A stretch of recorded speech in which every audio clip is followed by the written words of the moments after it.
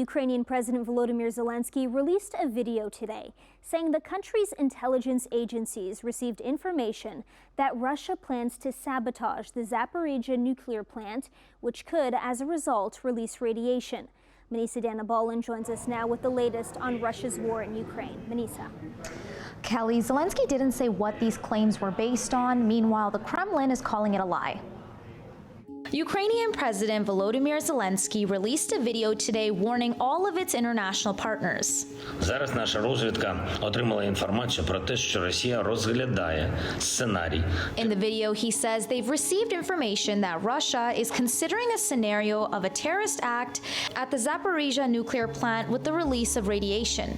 Zelenskyy reminding world leaders that radiation has no state borders and who it will hit is determined only by the wind direction. Russia's troops have been occupying the 6-reactor complex for most of the war, the biggest nuclear plant in Europe. But the Kremlin spokesperson says it's not true.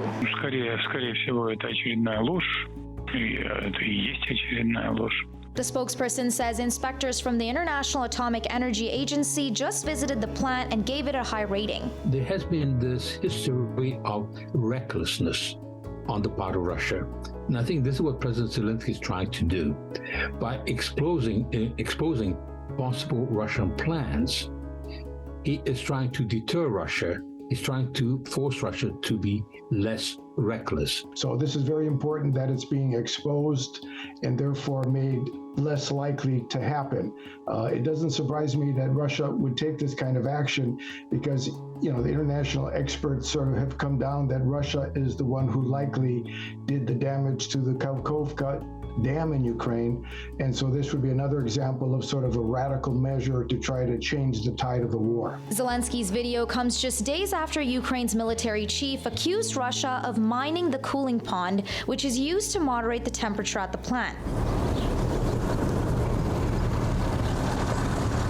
Earlier this month, the Kakhovka Dam was destroyed, resulting in lower water levels at a reservoir, which is used to refill the pond and prevent the reactors from potentially overheating.